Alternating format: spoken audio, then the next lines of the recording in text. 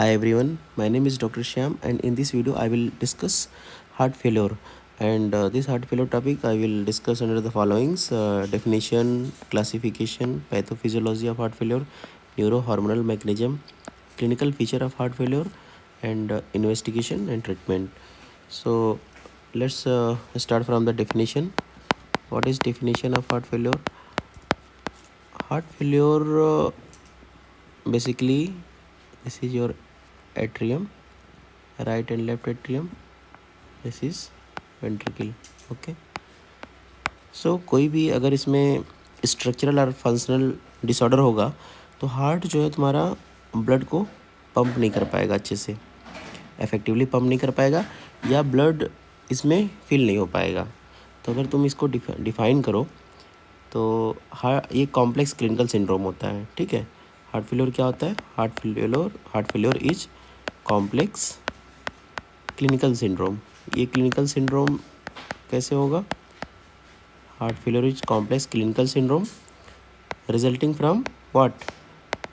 Resulting from any structural, okay, any structural और functional cardiac disorder. Okay, any functional or structural cardiac disorder that impair the ability of the ventricle to fill or eject blood adequately. Okay. कोई भी structural या functional cardiac disorder होगा जो hamper करेगा left ventricle को blood को fill करने में या पंप करने में. That impair the ability of the left ventricle और वेंट्रिकल्स टू फिल और eject the blood adequately. Okay. So heart failure occur when cardiac output is inadequate to meet tissue demand or can do so only at elevated filling pressure. Okay, so next we will see the epidemiology. Epidemiology means what are the prevalences of the heart failure? Epidemiology, increasing prevalence due to aging population. जैसे भी as बढ़ता रहता है तो heart failure का risk भी बढ़ता रहता है. एजिंग पॉपुलेशन, और जो पेशेंट को मान लो किसी को एमआई हो गया, उसके बाद सर्वाइवल है, इम्प्रूव सर्वाइवल आफ्टर एमआई, ये भी रिस्क पे होते हैं हार्ट फेलियर के. सो अगर वर्ल्ड वाइज देखा जाए तो मोस्ट कॉमन जो कॉज है, मोस्ट कॉमन कॉज होता है हार्ट फेलियर का world wise ischaemic heart disease होता है, ischaemic heart disease. But in developing countries most common cause क्या होता है? हाइपरटेंशन होता है, hypertension and rheumatic heart disease, RHD. These are the most common causes of heart failure. Worldwide is ischemic heart disease, and in developing countries hypertension and rheumatic heart disease most common cause of heart failure. Okay, next we will see the classification. So classification is very easy. How you will classify the heart failure? Classification of heart failure. Classification. So classification is based on the ejection fraction. Okay, based on ejection fraction. And the next classification is based on side. Based on side, which side is heart failure is present, based on side. And next based on time course or onset. Okay, onset or time course. So based on ejection fraction, heart failure is heart failure with reduced ejection fraction. Okay, and heart failure with mid-range ejection fraction, and heart failure with preserved ejection fraction. Based on ejection fraction, heart failure with reduced ejection fraction, heart failure is with mid-range ejection fraction, heart failure with preserved ejection fraction. कब बोलेंगे हम लोग reduce ejection fraction? अगर heart का ejection fraction less than 40% है तो बोलेंगे heart failure with reduce ejection fraction. Mid range ejection fraction, अगर इजेक्शन फ्रैक्शन 40 से 50% के बीच में है तो हार्ट फेलियर जो होगा मिड रेंज इजेक्शन फ्रैक्शन होगा. प्रिजर्व इजेक्शन फ्रैक्शन कब होगा heart failure? When more than 50%। अगर तुम्हारा जो heart failure preserve ejection fraction है वो 50% से ज़्यादा है तो प्रिजर्व होगा, ठीक है, 50 या 50 से ज़्यादा। और मिड रेंज वाला 40 to 50 कर सकते हो, 49 कर सकते हो, ठीक है, ये होता है। साइड के आधार पे, बेस्ड ऑन साइड, तो वही है, left sided heart failure, left sided heart failure, right sided heart failure, okay, right sided heart failure, and next is biventricular failure, biventricular failure. तो साइड के आधार पे left sided heart failure, right side heart failure and biventricular heart failure, okay. Most common cause of right heart failure is left heart failure, okay. Most common cause of right heart failure is left heart failure. Left heart fail होगा तो right heart भी धीरे धीरे fail हो जाता है। अब हम बात करेंगे classification based on time course. Time course के आधार पे अगर इमीडिएट हो रहा है that is acute heart failure. Acute heart failure कब होगा? मान लो किसी को एमआई हो गया, लेफ्ट वेंट्रिकल पंप नहीं कर पा रहे बोले तो एक्यूट हार्ट फेलियर होगा, ठीक है। अब मान लो हार्ट में कोई स्ट्रक्चरल डिसऑर्डर हो गया, जैसे डायलिटिक कार्डियोमायोपैथी हो गई या कोई स्ट्रक्चरल डिजीज हो गया, तो ये क्रॉनिक हार्ट फेलियर करा सकता है, chronic heart failure. Acute heart failure, chronic, एक होता है acute on chronic heart failure, acute on chronic heart failure. ये क्या होता है acute on chronic heart failure? जैसे कोई पेशेंट को क्रॉनिक हार्ट फेलियर है, अब वो पेशेंट को कोई ज़्यादा हार्ट पे लोड पड़ गया, या तो मान लो क्रॉनिक हार्ट फेलियर के लिए मेडिकेशन चल रहा था वो दवा मिस कर गया, या कोई एमआई हो गया, तो हार्ट फेलियर पे नया हार्ट फेलियर हो जाए, दैट इज़ एक्यूटली वो प्रेजेंट करे, तो acute on chronic heart failure बोलते हैं हम लोग, ठीक है। तो ये हो गया क्लासिफिकेशन इजेक्शन फ्रैक्शन के आधार पे एंड साइड के आधार पे एंड टाइम कोर्स के आधार पे, okay. So these were the classification. Next we will see etiology of the heart failure. Etiology, very important. Etiology, what are the causes? So first we will see causes of heart failure with reduced ejection fraction. तुमने type देख लिया कि types क्या क्या हैं classification के आधार पे। अब हम लोग देखते हैं क्या क्या कॉजेज होते हैं। तो causes of heart failure with reduce ejection fraction. तो heart failure with reduce ejection fraction का जो मोस्ट कॉमन कॉज है वर्ड वाइज क्या था? Most common cause ischaemic heart disease.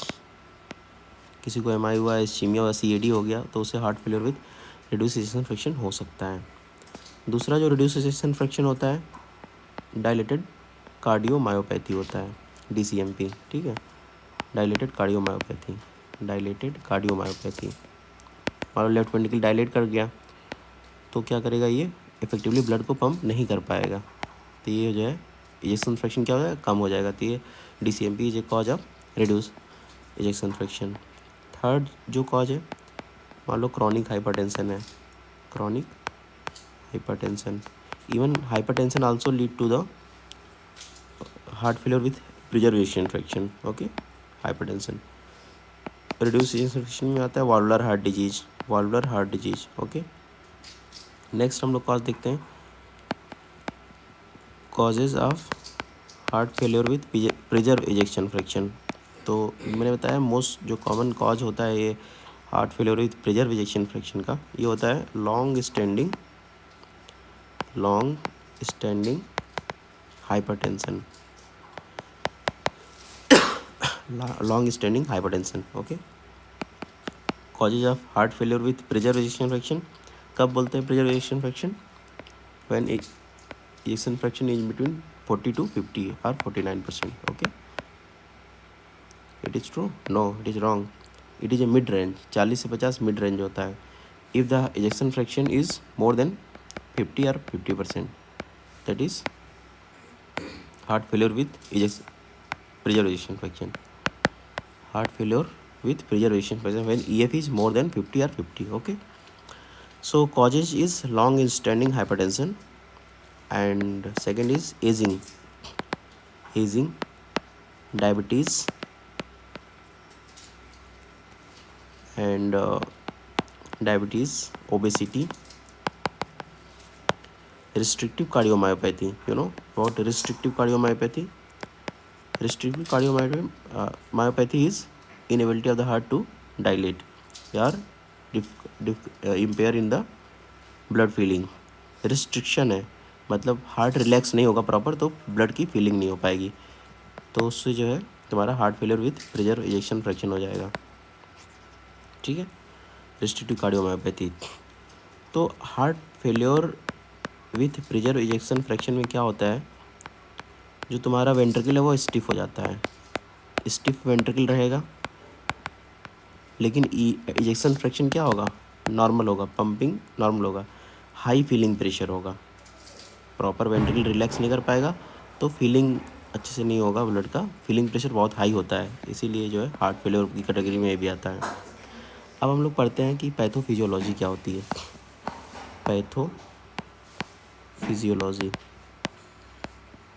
Pathophysiology blood का हार्ट फेलियर में क्या होगा, प्राइमरी कार्डियक डिसफंक्शन क्या होता है इसमें, कार्डियक डिसफंक्शन जो होता है मेनली, प्राइमरी कार्डियक डिसफंक्शन क्या होता है बताओ, प्राइमरी कार्डियक डिसफंक्शन क्या हो रहा है, डिसफंक्शन ये हो रहा है कि कॉन्ट्रैक्टिलिटी कम हो जा रही है, किसमें, कॉन्ट्रैक्टिलिटी कम हो जाएगी किसमें, heart failure with reduce ejection fraction में। जब कॉन्ट्रैक्टिलिटी नहीं रहेगी तो पंप इफेक्टिवली नहीं कर पाएगा वेंट्रिकल। दूसरा क्या दिक्कत हो रहा है, रिलैक्सेशन नहीं हो पा रहा है, डिक्रीज रिलैक्सेशन। जब रिलैक्सेशन नहीं होगा तो क्या होगा कि ब्लड की फीलिंग नहीं होगी हार्ट में, तो ये हो जाएगा कि किसमें दिक्कत हो रही थी, heart failure with preserved ejection fraction में। ये तुम्हारा जो मेन कार्डियक डिसफंक्शन हो रहा है यही हो रहा है कि कॉन्ट्रैक्टिलिटी कम हो जा रही है heart failure with reduce ejection fraction में, और रिलैक्सेशन नहीं हो पा रहा है in heart failure with preserved ejection fraction में, ओके। अब हम लोग देखते हैं कि इसमें कि न्यूरो हार्मोनल एक्टिवेशन क्या होता है। जैसे मान लो कि तुम्हारा हार्ट ब्लड पंप नहीं कर पा रहा तो क्या होगा, बीपी ड्रॉप करेगा, बीपी ड्रॉप करेगा, पेरीफेरी में टिश्यू का परफ्यूजन कम होगा, परफ्यूजन कम होगा तो क्या एक्टिवेट होता है, सबसे पहले सिंपैथेटिक नर्वस सिस्टम एक्टिवेट होता है, सिंपैथेटिक नर्वस सिस्टम एक्टिवेट होगा, ठीक है, सिंपैथेटिक नर्वस सिस्टम एक्टिवेट होगा, ये न्यूरो हार्मोनल एक्टिवेशन होता है, ठीक है। सिंपैथेटिक नर्वस सिस्टम एक्टिवेट होगा तो ये क्या करेगा, हार्ट रेट को बढ़ा देगा, हार्ट रेट बढ़ा देगा, कॉन्ट्रैक्टिलिटी को बढ़ाएगा, बीपी जो ड्रॉप होता है उसको मेंटेन करने के लिए, ठीक है, और क्या करेगा, वैसो कॉन्स्ट्रिक्शन करेगा, ठीक है, ये सिंपैथेटिक नर्वस सिस्टम काम करेगा, ठीक है। तो क्रॉनिक एक्टिवेशन अगर मान लो कि हार्ट फेलियर लंबे समय से चला आ रहा है तो सिंपैथेटिक नर्वस सिस्टम भी क्या होगा, एक्टिवेट रहेगा लंबे समय तक, तो इससे एरिथमिया का रिस्क रहेगा, मायोकार्डियल टॉक्सिसिटी का रिस्क रहता है, ठीक है। अब हम लोग दूसरा जो सिस्टम एक्टिवेट होता है हार्ट फेलियर में क्या होता है, रास होता है, रेनिन एंजियोटेंसिन एल्डोस्टेरॉन सिस्टम, ठीक है, ये एक्टिवेट होगा, ठीक है, renin angiotensin aldosterone system activate होगा। तो इसमें क्या दिक्कत आएगी, मेनली जो भी तुम ये पैथोफिजियोलॉजी देख रहे हो इसी पे ड्रग भी एक्टिंग है, तो ये तुमको पता होना चाहिए पैथोफिजियोलॉजी, ठीक है। तो रास मैकेनिज्म में क्या होता है कि एंजियोटेंसिन 2 बनेगा, एंजियोटेंसिन 2 ये क्या करता है, पोटेंट वैसो कॉन्स्ट्रिक्टर होता है, वैसो कॉन्स्ट्रिक्शन कराएगा, ठीक है। और जो एल्डोस्टेरॉन होता है वो उसका क्या काम होता है, एल्डोस्टेरॉन का काम होता है सोडियम और वाटर का रिटेंशन कराएगा। अब ये बताओ कि वैसो कॉन्स्ट्रिक्शन हो रहा है, एल्डोस्टेरॉन क्या कर रहा है, वाटर और सोडियम का रिटेंशन करा रहा है, तो इससे क्या होगा, हार्ट पे लोड बढ़ेगा। क्यों लोड बढ़ेगा, क्योंकि वॉल्यूम ज़्यादा आएगा ब्लड पे, तो हार्ट पे ज़्यादा लोड बढ़ेगा। और क्या होगा दिक्कत, मायोकार्डियल फाइब्रोसिस हो सकती है, मायोकार्डियम की फाइब्रोसिस, ठीक है, ये सब रास एक्टिवेशन की वजह से होता है। तो हम लोग जो ड्रग देते हैं angiotensin inhibitor S and ARB इसी पे काम करते हैं, एल्डोस्टेरॉन एंटागोनिस्ट देते हैं, मिनरलोकॉर्टिकॉइड रिसेप्टर एंटागोनिस्ट, ठीक है। तो ये जो है बेनिफिट एक्सप्लेन करता है एस इनहिबिटर ARB और MRA का, ठीक है। और जो तुम्हारा ADH होगा ये क्या करेगा, ADH फ्री वाटर रिटेंशन कराता है, तो इससे डायल्यूशनल हाइपोनेट्रीमिया आता है, इसीलिए कहा जाता है हार्ट फेलियर के पेशेंट में जो वॉल्यूम ओवरलोड में आते हैं इसमें डायल्यूशनल हाइपोनेट्रीमिया मिलता है। अब इस काउंटर रेगुलेटरी सिस्टम को जो भी ये हो रहा था तुम्हारा वॉल्यूम ओवरलोड हो रहा है, वाटर और सोडियम का रिटेंशन हो रहा है, इसको ओवरकम करने के लिए हमारा मैकेनिज्म है हार्ट से एक्टिवेट होता है। मान लो एक होता है BNP इसका नाम है ब्रेन नाइट्रियूरेटिक पेप्टाइड और एट्रियल नाइट्रियूरेटिक पेप्टाइड रिलीज होता है ओवरलोड को कम करने के लिए। ये क्या बता रहे हैं तुमको, काउंटर रेगुलेटरी सिस्टम ये एक्टिवेट होगा। ये क्या करता है, ये डायूरेसिस कराते हैं मेनली। जो वॉल्यूम ओवरलोड हुआ है, ब्रेन नाइट्रियूरेटिक पेप्टाइड और ये सब क्या कराएंगे ये डायूरेसिस कराएंगे। नाइट्रियूरेटिक पेप्टाइड्स हैं ये सब दोनों, ठीक है। तो इससे वैसोडाइलेशन होगा और नाइट्रियूरेसिस होगा, ठीक है। तो बीएनपी, कुछ ड्रग ऐसे आए हैं जो बीएनपी को प्रोलॉन्ग मेंटेन रखते हैं, जैसे साइक्लोविट्रिल वल्सार्टन है। तो ये सब चीज़ें तुमको ट्रीटमेंट में हेल्प करेगा पैथोफिजियोलॉजी जानने से, ठीक है। वेंट्रिकुलर रिमॉडलिंग होती है, क्रॉनिक ये सब जो रास और ये सब सिंपैथेटिक सिस्टम एक्टिवेट रहता है, इसकी वजह से क्या होता है, वेंट्रिकल की रीमॉडलिंग होती है। जिससे मान लो एलवी डायलेशन हो सकता है, एलवी डायलेशन, रिड्यूस एफिशिएंसी हो जाएगी, स्फेरिकल शेप हो जाता है, ठीक है। ये जो है तुम्हारा वेंट्रिकुलर रिमॉडलिंग होता है, वेंट्रिकुलर रिमॉडलिंग, ठीक है। स्फेरिकल शेप हार्ट हो जाएगा, ओके। तो कभी भी ये सब को प्रिवेंट करने के लिए हमको लोग क्या यूज करेंगे, जो इसको करा रहा है रिमॉडलिंग, कौन सा करा रहता है, ये जो सिम्पैथेटिक नर्वस सिस्टम, रास सिस्टम एक्टिवेट हो रहा है, ये सब रिमॉडलिंग कराते हैं हार्ट का। इससे एफिशिएंसी हार्ट की कम हो जाती है, इसीलिए हम लोग ACE inhibitor, ARNI, beta blocker use करते हैं, ठीक है। अब हम लोग आते हैं क्लिनिकल फीचर पे। क्लिनिकल फीचर क्या क्या होता है, मान लो कि लेफ़्ट साइड हार्ट फेलियर होगा। लेफ़्ट साइड हार्ट फेलियर का क्या सिम्टम होगा, लेफ़्ट साइड हार्ट फेलियर मतलब लेफ़्ट वेंट्रिकल, मान लो ये तुम्हारा राइट एट्रिया, राइट वेंट्रिकल, ठीक है।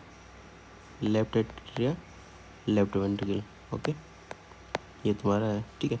मान लो लेफ़्ट साइड का हार्ट फेलियर हो गया। Left side heart failure means कि लेफ़्ट वेंट्रिकल अच्छे से ब्लड को पंप नहीं कर पा रहा है, इफेक्टिवली नहीं कर पा रहा है पंप। तो ये ब्लड जब पंप नहीं कर पाएगा एओर्टा में, तो क्या होगा, ब्लड रिगर्जिटेट करेगा लेफ्ट एट्रियम में, लेफ्ट एट्रियम में ब्लड जाएगा। अब लेफ्ट एट्रियम से ब्लड कहाँ जाएगा, पल्मोनरी वेन में जाएगा। पल्मोनरी वेन से, पल्मोनरी वेन कहाँ है, लंग्स में। तो धीरे धीरे जब ब्लड बैक जाएगा लेफ्ट वेंट्रिकल से लेफ्ट एट्रियम में, लेफ्ट एट्रियम से पल्मोनरी वेन, पल्मोनरी वेन से तुम्हारा लंग पैरेन्काइमा में ब्लड जाएगा। तो क्या हो जाएगा, पल्मोनरी एडिमा डेवलप हो जाएगा, पल्मोनरी एडिमा। अभी पल्मोनरी एडिमा डेवलप होने से क्या दिक्कत आएगी, मरीज का सांस फूलेगा, ठीक है, शॉर्टनेस ऑफ ब्रेथ होगा।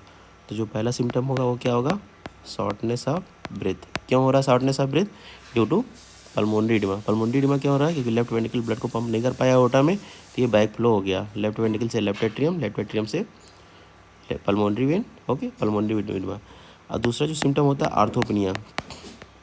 आर्थोपनिया, आर्थोपनिया क्या होता है, डिस्निया लाइंग डाउन, जब पेशेंट सीधा लेटता है सुपाइन पोजीशन में तो उसको सांस फूलती है, दैट इज़ आर्थो। अब बैठेगा तो आराम मिलता है। तो आर्थोपनिया क्यों होता है, जैसे ही पेशेंट लेटता है सुपाइन में तो वेनस रिटर्न बढ़ता है, वेनस रिटर्न बढ़ने से हार्ट पे लोड बढ़ता है, इसकी वजह से आर्थोपनिया फील होती है। इसीलिए कहा जाता है जो पेशेंट हार्ट फेलियर के होते हैं उनको उनका जो हेड साइड है वो एलिवेट करके रखना चाहिए, ताकि उनको शॉर्टनेस ऑफ ब्रेथ ना हो, तो आर्थोपनिया उसको होगा।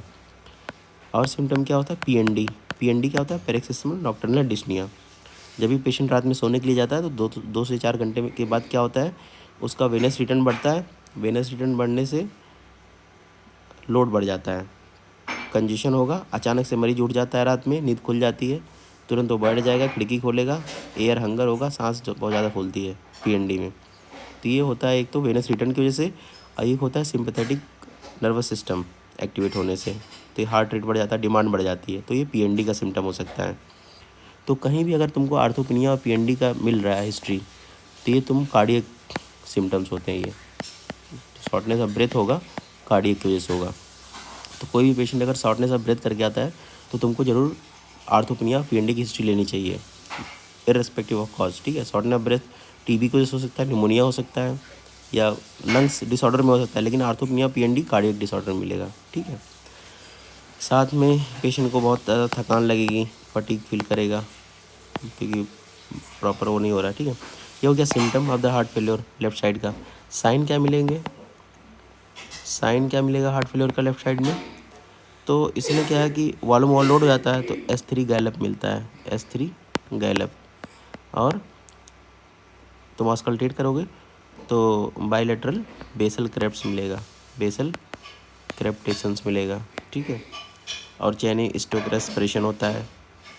ये सब साइन हो गए, तो सिम्टम और साइन हो गया लेफ्ट हार्ट फेल्योर का। अब हम आते हैं symptom of right heart failure. Most common cause of right heart failure is left heart failure. Okay, right heart failure क्यों होता है? Due to most common cause क्या होता है? Left heart failure. और भी कॉज होते हैं राइट हार्ट फेल्योर के, लेकिन सिम्टम क्या क्या होगा? मान लो राइट हार्ट फेल हो गया, मान लो ये तुम्हारा राइट एट्रियम राइट वेंट्रिकल ये फेल हो गया, तो सुपीरियर वेना केवा आती है और इन्फीरियर वेना केवा यहाँ राइट एट्रियम में ओपन होती है। तो राइट हार्ट फेल हो जाएगा तो ये क्या होगा? ब्लड का ओवरलोड हो जाएगा राइट साइड, ये बैक फ्लो होगा। इन्फीरियर वेना केवा में बैक फ्लो होगा और सुपीरियर वेना केवा में बैक फ्लो होगा। सुपीरियर वेना केवा में बैक फ्लो होगा ब्लड का, तो क्या होगा? जो जुगुलर वेनस प्रेशर है वो बढ़ जाएगा, ठीक। और इन्फीरियर वेना केवा में ब्लड पूलिंग हो जाएगी, ज़्यादा ब्लड आएगा, बैक फ्लो होगा, तो इससे तुम्हारा लीवर में क्या होगा? कंजस्टिव हिपैटोमेगैली हो जाएगी, लीवर की साइज बढ़ जाएगी, इसको बोलते हैं कंजस्टिव हिपैटोमेगैली। और एसाइटिस हो सकता है, पेट में पानी आ जाएगा। उसके बाद तुम्हारा जो है पैरों में एडिमा हो जाएगा, लोअर लिम्ब स्वेलिंग हो जाएगी। तो ये सब सिम्टम प्रेजेंट होगा राइट हार्ट फेल्योर में। तो राइट हार्ट फेल्योर के जो फीचर्स होंगे वो क्या होंगे? लोअर लिम्ब एडिमा, ठीक है, मिडल एडिमा होगा, और क्या होगा? बैक फ्लो की वजह से एब्डोमिनल डिस्टेंशन होगा, एसाइटिस हो जाती है, ठीक है। और ज़्यादा फ्लूइड का रिटेंशन होगा तो क्या होगा? वेट गेन हो जाएगा, ज़्यादा बॉडी में फ्लूइड हो गया। और साइन क्या क्या मिलते हैं इसमें राइट हार्ट फेल्योर में? साइन क्या क्या होंगे? तो मैंने बताया कि जुगुलर वेनस प्रेशर बढ़ जाएगा। क्यों? सुपीरियर वेना केवा में ज़्यादा बढ़ जाएगा, तो जेवीपी रेज मिलेगा तुमको, ठीक। हिपैटोमेगैली मिलेगी, लीवर की साइज बढ़ जाएगी due to congestion, and ascites मिलेगा, ठीक है। ये सब सिम्टम्स आएंगे। साथ में तुमको हिपैटोजुगुलर रिफ्लेक्स भी पॉजिटिव आएगा। हिपैटोजुगुलर रिफ्लेक्स, हिपैटोजुगुलर रिफ्लेक्स क्या होता है? पेशेंट को सुपाइन में करो, उसके बाद लीवर जहाँ राइट अपर क्वाड्रेंट में प्रेस करना होता है, उसके बाद तुम जेवीपी देखते हो, तो जनरल जुगुलर वेनस प्रेशर बढ़ा रहता है, एलिवेटेड रहेगा, तो दैट इज़ हिपैटोजुगुलर रिफ्लेक्स। ओके, ये चेक करने का तरीका होता है। बाकी नेक्स्ट हम लोग पढ़ते हैं कि तुम्हारा जो फंक्शनल क्लासिफिकेशन क्या है, जैसे कि heart classification, NYHA classification. NYHA classification में क्या होता है कि क्लास 1 होता है, क्लास 2 होता है, क्लास 3 होता है, क्लास 4 होता है। NYHA क्लासिफिकेशन किसके लिए दिया गया है? NYHA classification heart failure, dyspnoea and heart failure, dyspnoea and palpitation. Okay, तो कोई भी सिम्टम अगर नहीं आ रहा है, नो सिम्टम, तो क्लास 1 हो गया। या कह सकते हो no limitation of activity, no limitation of activity, सब काम कर ले रहा है, या नो सिम्टम, कोई सिम्टम नहीं आ रहा है, तो ये हो गया तुम्हें क्लास 1, ठीक है। क्लास 4 में सिम्टम जो आ रहा है एट रेस्ट आ रहा है, at rest or marked limitation, ठीक है। ये तुम्हारा बिल्कुल पेशेंट एट रेस्ट में सिम्टोमेटिक हो गया। ओके, और क्लास 2 में क्या होता है? ऑर्डिनरी एक्टिविटी पे or mild limitation of activity, mild limitation of activity, हल्का फुल्का जो है लिमिटेशन एक्टिविटी में, या कह सकते हो कि ऑर्डिनरी एक्टिविटी पे सिम्टम आ रहा है, ऑर्डिनरी एक्टिविटी, ठीक है। क्लास 3 में क्या होता है? लिमिटेशन, मार्क लिमिटेशन होता है एक्टिविटी का, और लेस देन ऑर्डिनरी एक्टिविटी में, लेस देन ऑर्डिनरी एक्टिविटी में सिम्टम आने लगते हैं, तो वो क्लास 3। तो class 1 no limitation of activity और नो सिम्टम, क्लास 4 में symptom at rest, and class 2 में ऑर्डिनरी एक्टिविटी पे, क्लास 3 में लेस देन ऑर्डिनरी एक्टिविटी पे। ये हो गया NYHA क्लासिफिकेशन, ठीक है। अब तुम इन्वेस्टिगेशन क्या क्या करोगे? इन्वेस्टिगेशन क्या क्या करना है? तो सबसे पहले तुम एनीमिया रूल आउट कर लो CBC करके, क्योंकि एनीमिया भी प्रेसिपिटेट करता है हार्ट फेलियर को, तो बहुत ज़रूरी है हीमोग्लोबिन चेक करना। एनीमिया होगा, किडनी फंक्शन टेस्ट कर लो। क्यों? क्योंकि हार्ट फेलियर होता है तो cardio renal syndrome acute kidney injury का भी रिस्क रहता है due to decrease BP, pre renal लेके आया जाता है।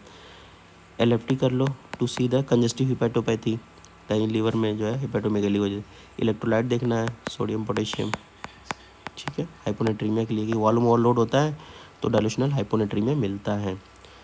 नेक्स्ट इमेजिंग कराओ तुम चेस्ट एक्सरे। चेस्ट एक्सरे में क्या देखो, कार्डियोमेगली देख सकते हो, pulmonary oedema, curly B line, ठीक है। तो चेस्ट एक्सरे में क्या मिलेगा तुमको, कार्डियोमेगली देख सकते हो, कार्डियोमेगली। दूसरा पल्मोनरी एडिमा और कर्ली बी लाइन, ये मिल सकता है तुम्हारा हार्ट फेलियर के एक्सरे में, ठीक है। नेक्स्ट इन्वेस्टिगेशन ईसीजी में क्या देखो लोगे हार्ट फेलियर में, हाइपरटेंशन जब होता है प्रोलॉन्ग तो क्या हो जाता है, लेफ्ट वेंट्रिकल की हाइपरट्रॉफी हो जाती है, इसे तुम देख लोगे, ठीक है। और क्यू वेव मिल सकता है, क्यू वेव क्या इंडिकेट करता है, ओल्ड एमआई को, या एट्रियल फिब्रिलेशन तो नहीं है, वेंट्रिकुलर टैकिकार्डिया तो नहीं है, ये सब मिल जाएगा तुमको ईसीजी में। उसके बाद तुम्हारा गोल्ड स्टैंडर्ड टेस्ट क्या होता है, 2D इकोकार्डियोग्राफी, 2D इको कर लो।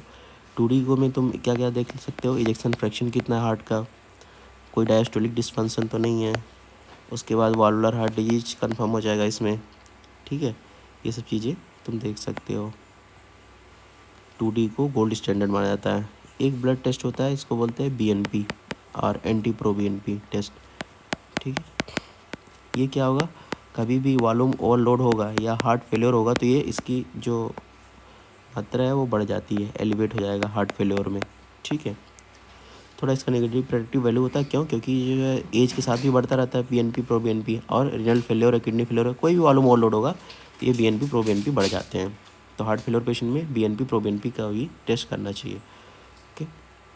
अब हम लोग आते हैं मैनेजमेंट पे, ठीक है, क्या क्या ट्रीटमेंट करेंगे। तो एक्यूट हार्ट फेलियर के लिए तो तुम क्या करोगे, एक्यूट हार्ट फेलियर में कोई भी पेशेंट आ रहा है तो उसको सबसे पहला काम है कि उसको यू वॉल्यूमिक करोगे, उसको डीकंजेशन करना है। एक्यूट हार्ट फेलियर में अगर कोई पेशेंट आ रहा है तो अगर शॉक में है या फिर मान लो तुम हार्ट फेलियर है, तो इसमें हम लोग क्या करते हैं कि पेशेंट को ओवरलोड में है तो डायूरेटिक देते हैं, इंजेक्टेबल डायूरेटिक देना है, फ्यूरोसेमाइड इन्फ्यूजन देना है, इंजेक्शन लगाना है, उसको डीकंजेस्ट करना है ताकि यू वॉल्यूमिया आए, ठीक है। लेकिन मान लो क्रॉनिक हार्ट फेलियर है, चेस्ट क्लियर है पेशेंट का, हार्ट फेलियर है, तो उसमें हम लोग क्या करते हैं, मेनली 4 ग्रुप्स की मेडिसिन देंगे। तो इसमें कौन कौन सी आती है, पहला है S angiotensin converting enzyme inhibitor, ACE inhibitor या ARB, और एक अर्नी, ठीक है। दूसरा ग्रुप की जो दवा है बीटा ब्लॉकर, ठीक है, बीटा ब्लॉकर देना है chronic heart failure, beta blocker दे दिया। तीसरा क्या दोगे तुम, मिनरलोकार्टिकॉइड रिसेप्टर एंटागोनिस्ट, एंड चौथा SGLT2 इनहिबिटर, ठीक है, ये सब देते हैं हम लोग। और नेक्स्ट डायूरेटिक बताया मैंने, लूप डायूरेटिक दोगे कंजेशन के लिए, सिम्टम को इम्प्रूव करता है डायूरेटिक्स, ठीक है। तो ये जो तुम्हारा ACE-ARB इनहिबिटर है, इसमें क्या, जैसे कि तुम टेलमिसार्टेन और रामिप्रिल ये सब यूज करोगे, ठीक है। ये सब क्या करते हैं, मोर्टेलिटी को रिड्यूस करते हैं, रीमॉडलिंग को प्रिवेंट करते हैं, ठीक है। और अर्नी में कौन सी ड्रग आती है, साइक्लोबिट्रिल और वालसार्टेन आती है, तो ये रीमॉडलिंग प्रिवेंट करेंगे, मोर्टेलिटी को रिड्यूस करेंगे। बीटा ब्लॉकर की बात करें तो इसमें मेटाप्रोलॉल, कार्बेडिलॉल, बिसोप्रोलॉल ये सब होता है। तो लो डोज से स्टार्ट करना है यू वॉल्यूमिक पेशेंट में। कोई पेशेंट अगर एक्यूट डीकम्पनसेटेड हार्ट फेलियर का है तो उसमें बीटा ब्लॉकर नहीं देना है, क्रॉनिक हार्ट फेलियर में देना जो पेशेंट यू वॉल्यूमिक हो, ठीक है, बीटा ब्लॉकर स्टार्ट करना है। मिनरलोकार्टिकॉइड रिसेप्टर एंटागोनिस्ट जैसे कि स्पाइरोनोलैक्टोन, एप्लीरिनोन, ये सब हम लोग देते हैं। मिनरलोकार्टिकॉइड रिसेप्टर एंटागोनिस्ट ये रीमॉडलिंग को प्रिवेंट करते हैं, मोर्टेलिटी को रिड्यूस करते हैं, बट इनका साइड इफेक्ट क्या होता है, हाइपरकैलेमिया, ये पोटेशियम को बढ़ा देते हैं।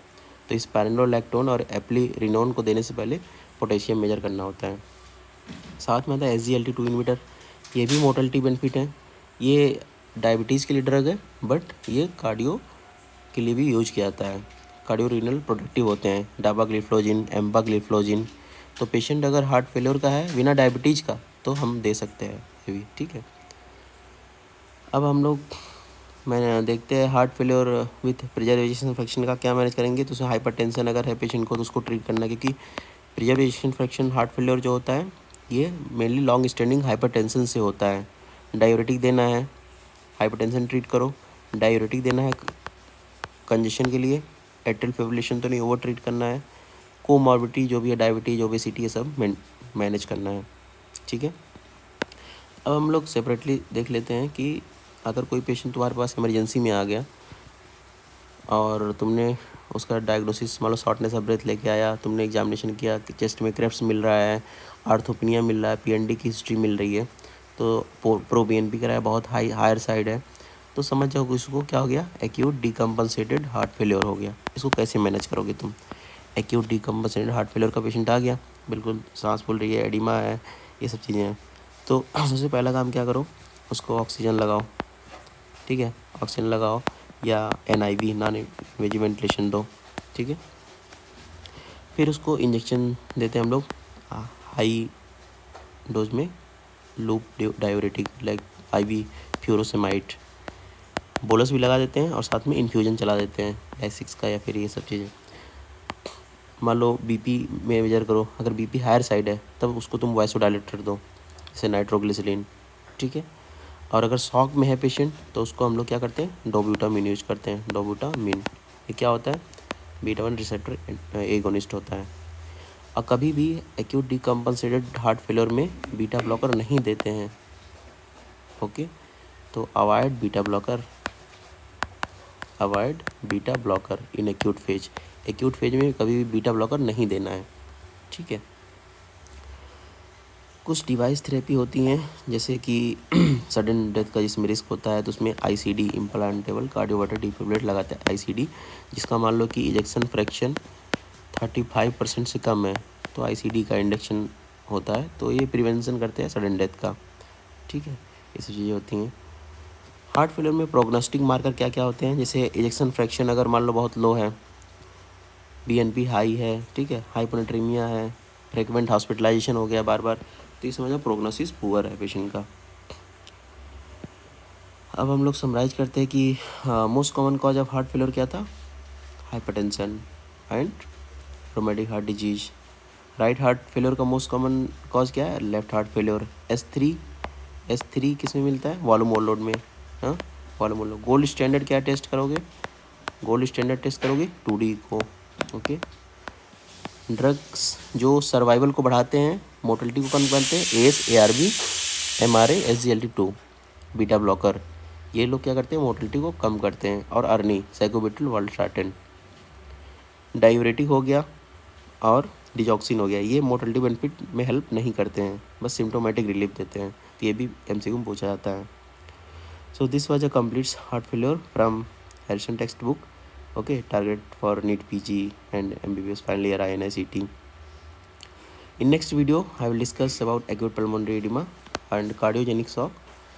So if you like this